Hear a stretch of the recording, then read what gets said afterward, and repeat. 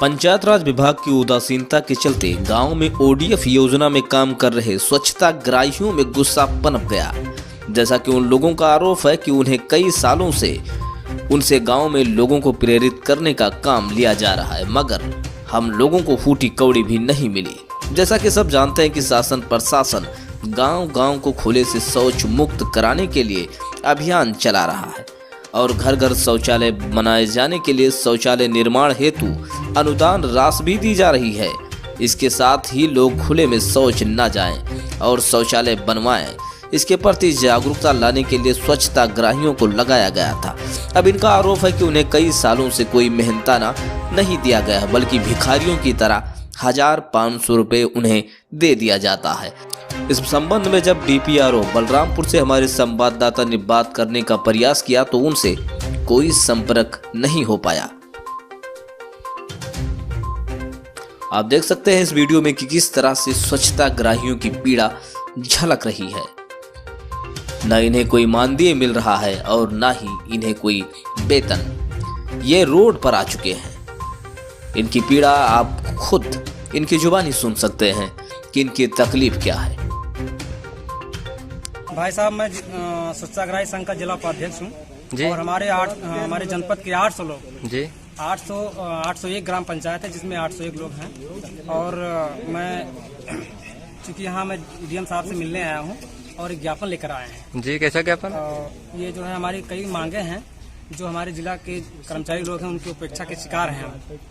और कुल मिला करके जो हम सबका जो पैसा है जी हाँ वो नहीं जा रहा है। हम सब बराबर 24 घंटा ड्यूटी देते हैं। क्यों पैसा नहीं जा रहा है?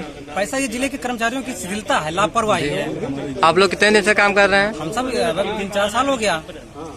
बाकायदा हम सबका आज तक सर्टिफिकेट नहीं दिया गया है। जो ट्रेनिंग करके आए हैं उसका सर्टिफिकेट नहीं दिया गया है। आप लोग अधिकारी से बात किए?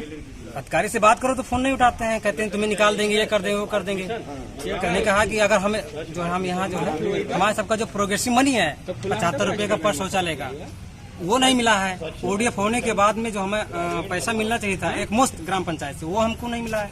तो अगर ये हमें मांगे नहीं पूरी होती है तो हम जल्द ही एक उग्र आंदोलन करेंगे जिसका और मैं आत्मा का चेतावनी देता हूँ कि अगर मेरी मांगे पूरी नहीं होती है तो इसी कलेक्ट्रेट के सामने जो है आत्मा करेंगे जिसका प्रशासन जिम्मेदार होगा। और हमारे यहाँ चूंकि हमारे जनपद में 801 है और प्रदेश में 70,000 है। अच्छा। भाई साहब 70,000 स्वच्छाग्राही, एक परिवार में 10 और 10 परिवार 10 उनके रिश्तेदार में 10 यानी 10 गुणे 10 यानी 70 गुणे 100 यानी 70,000 गुणे 100 के हिसाब से 7 लाख होते हैं जी। तो आने वाले समय में यदि हमारी मांगे पूरी नहीं होती है, हमको नियमितीकरण नहीं किया जाता है, हमें सफाई कर्मी इतना वेतन नहीं मिलता है। अभी तक आपको पैसा मिला? कुछ नहीं मिलता है। भीख देते हैं 1500 भेज देते हैं। अच्छा। हमारे स्वच्छाग्राही को पैसा नहीं गया, खुद मेरा ही नहीं गया पैसा। चूतिया बनाते हैं यहाँ के। तो मैं कहना चाहता हूँ कि 7 लाख स्वच्छाग्राही हमारे उत्तर प्रदेश के आने वाले समय में हम प्रशासन को मैं कहना चाहता हूँ, माननीय मुख्यमंत्री साहब को कहना चाहता हूँ कि हम सरकार बना सकते हैं तो सरकार गिरा भी सकते हैं। ये बात आप नोट कर लीजिए भाई साहब। जय स्वच्छता, जय स्वच्छता। बलरामपुर जनपद में 801 ग्राम पंचायत में स्वच्छताग्राही तैनात हैं जी, जो हम लोग 24 घंटे काम करते हैं जी। सुबह से लेकर शाम तक चाहे रात हो 24 घंटा हम लोग काम करते हैं। और ये भारत सरकार की योजना है जी। हम लोग गांव में जागरूक करते हैं सभी लोगों को। हम लोग 2014 से हम लोग काम कर रहे हैं जी। और उसके बाद में हम लोग को 5 दिन का ट्रेनिंग दिया गया है जी। उसके बाद में ट्रेनिंग के बाद में हम लोग का जो पैसा है। कितना दिन हो गया ट्रेनिंग किया आपको? हम लोग 2014 में यानी कम से कम 3 साल हो गया जी। और हमारे यहाँ से कुछ स्वच्छताग्राही वहाँ बिहार में गए थे जी जी। वहाँ प्रधानमंत्री जी आए थे, वहाँ चंपारण में भी गए थे जी। तो हमारे जितने भी स्वच्छताग्राही हैं उनको सर्टिफिकेट नहीं दिया गया है जी। जो 75 रुपए के हिसाब से शौचालय का पेमेंट करना था वो भी पेमेंट नहीं किए हैं जी।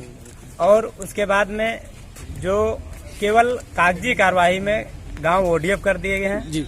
बाकी जमीनी स्तर पर ऐसा नहीं है। अदर जिले में तो पेमेंट हो गया है, लेकिन बलरामपुर जनपद में जितने भी अधिकारी हैं जी वो अपना मनमानी कर रहे हैं जी। और हम लोग का पेमेंट नहीं किए हैं, 1 भी रुपया पेमेंट नहीं करते। आज तक हो गया, केवल झूठे ही आश्वासन दिया जा रहा है कि वहाँ ब्लॉक पर भेज दिया गया है, आपको 10 दिन में दे दिया जाएगा जी। 5 साल बीता जा रहा है और हम लोग को कोई ना सर्टिफिकेट दिया गया है ना कुछ, और कोई कंप्लेन करता तो नाम काट दिया जाता है। और ये धमकी भी देते हैं जी कि अगर आप लोग शांति बनाए नहीं रहेंगे, आप इधर उधर रहेंगे तो आपका नाम हटा दिया जाएगा, आपको बाहर कर दिया जाएगा। जो यहाँ से ट्रांसफर किए हैं 1,000 रुपया ट्रांसफर करते हैं जी। जब हम लोग दौड़ते धूपते, किस चीज का पैसा है 1,000?